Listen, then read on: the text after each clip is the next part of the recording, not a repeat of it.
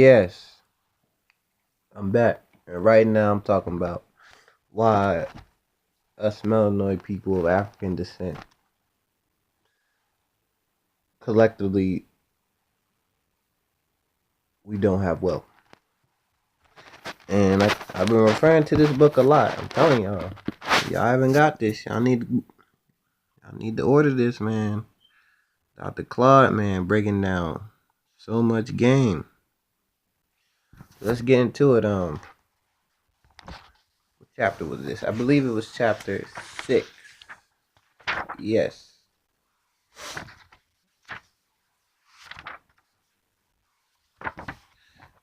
And one of the paragraphs is titled "The Beginning of the Great Wealth Displacement."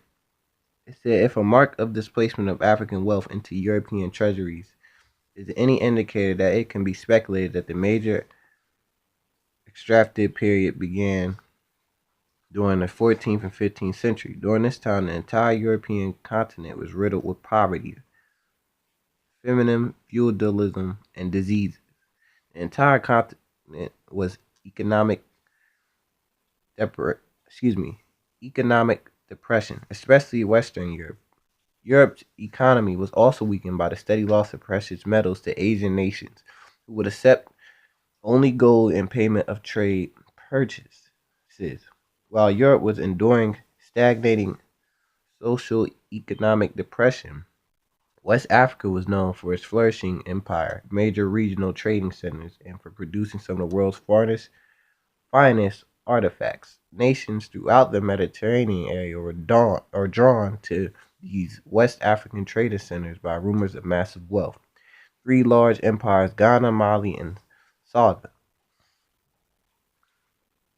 drew Europe, Moorish, and Arabian traders into West Africa, great trading cities such as Goa and Timbuktu.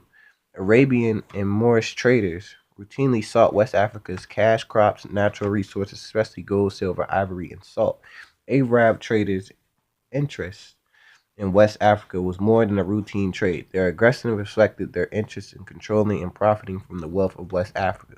They sought controlling most African sea points, especially along the length of Red Sea. Arabs felt threatened by inland blacks' unity and empire building. The Arabs sought greater access to African wealth through intermarriage, concubinage, trade, religious proselytizing missions, advocating, and religious brotherhood. Now, I already explained how these other groups went into Africa and raped us for resources. That's just one part. Hold up. Give me 1 minute. The Arabs enslaved us for a while too. Fuck them. They can hold their own nuts too.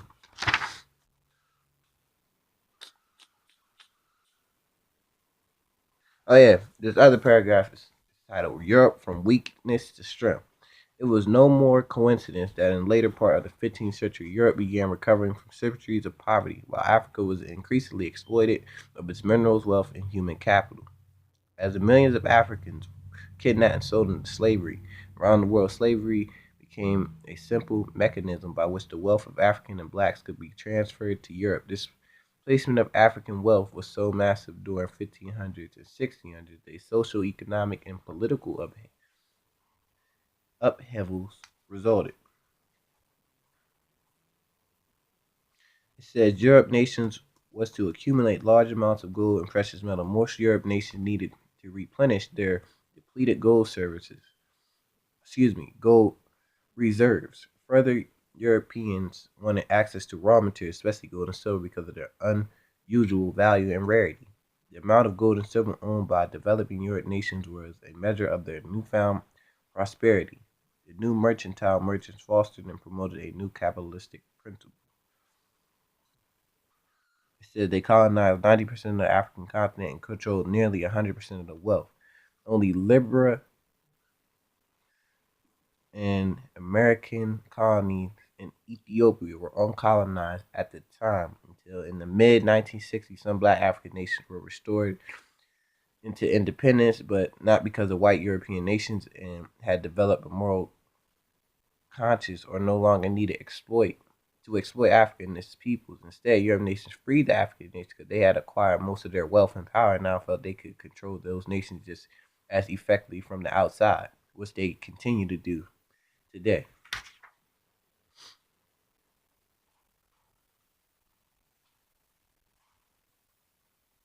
It says this paragraph titled "Wealth Production in the Americas." Black slaves produced a phenomenal amount of wealth from the slave trades. Settlers in European nations in South America and West market slaves drew an average sale price of $500 in the 17th and 18th century, which figures and multiplied by 10 to 15 million black slaves. Historian Howard Zinn estimated were transported into America's revenue for one-time only sales would amount to more than $1 trillion today. See, this is why I told y'all we're owed trillions and trillions of dollars. We really need to start getting on code and getting our economic game popping so we can get our money back. Cause I'm not stop talking about this until we get some damn reparations. We're owed trillions and trillions of dollars. Hold on. There's just one paragraph I really want to leave. I don't want this shit to get too long. 1 second.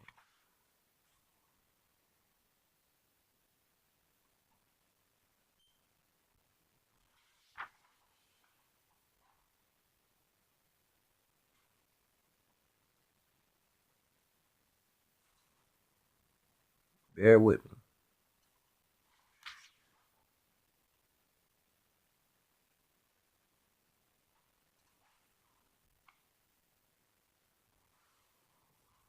Well, this table breaks it down. It says comparison of slave land and cotton prices. Okay, this is 1800 average price sell slave prices $600 per acre public land prices $1 per pound price cotton 15 cents. And every 10 years it went up. The price of a slave, the land, the per cotton, the pound per cotton. It all went up. The devil got wealthier and wealthier, while the indigenous people of the world got poorer and poorer. It says since 1808, about $4 billion of fixed capital has been invested in preparations for cotton goods and were wholly dependent upon slave labor. England was not willing to lose that large financial investor or steady flow of wealth from black labor without a fight. In an effort to maintain the institutions of slavery that benefited the English nation for more than 2.5 centuries, England offered to interfere in American domestic affairs in order to prolong slavery. In addition, many within England private business sectors contribute financially to slavery organizations in America. Hold on. This is one prayer I really want to read this because I'm really getting at crackers for this one. Y'all always talk about black people, y'all get all the benefits. What are you crying about? You're the most on welfare and you get the most government assistance, which is a complete false fucking fact. That's an alternative fact. Which you know they like to use that. That's all they use is alternative facts. Okay, I found it. Hold up.